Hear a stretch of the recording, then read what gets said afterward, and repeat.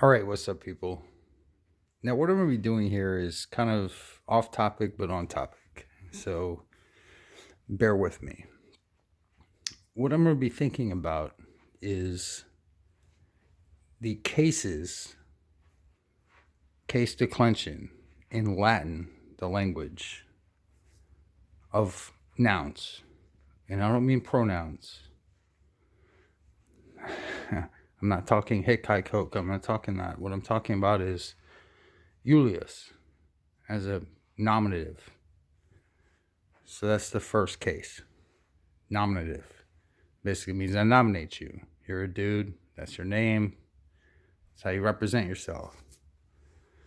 Nominative just means normal, the guy. That's who we're talking about.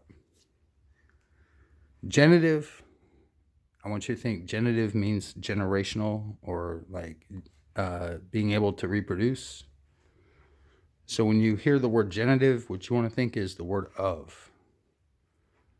So you put that noun in genitive because it was this of that, meaning something generated something else. Now it can go in either way, depending on how you vector this.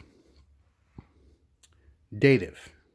Now, I know when I say this, people are going to be like, well, you're not really making a whole lot of sense because one language was totally prior to the other. That's true, but I don't think the Latins called it dative.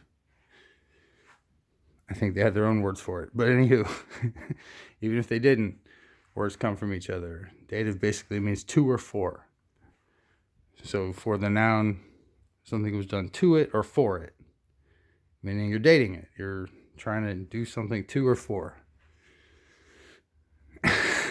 I know that's primitive as fuck, but come on now, this is what we're talking about. And then you have the two that are really broad. Well, one isn't.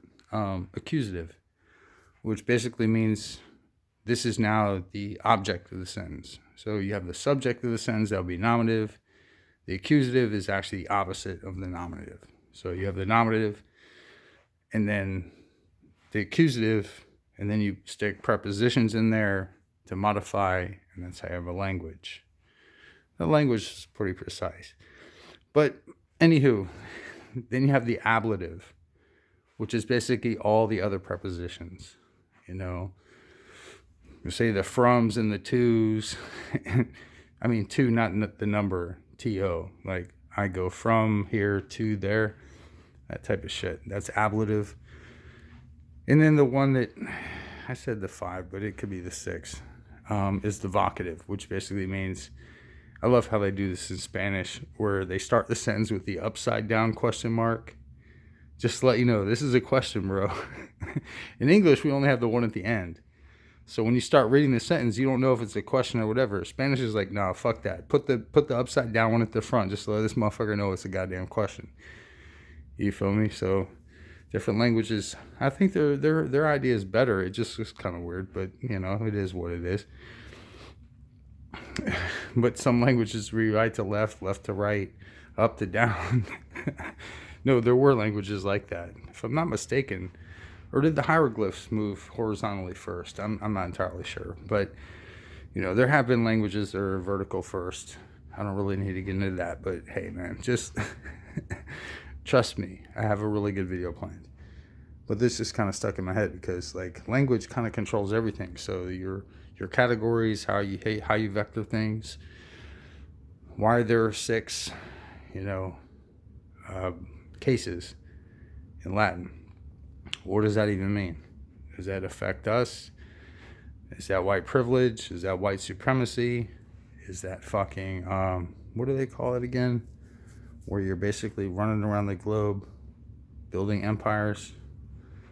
Is that called, what the fuck is that called? Oh, imperial structures. Did I mention racist structures and transphobic structures and anti-BIPOC structures? And oh, that's not this video? Fuck. The ghost of Jorge always reminds me.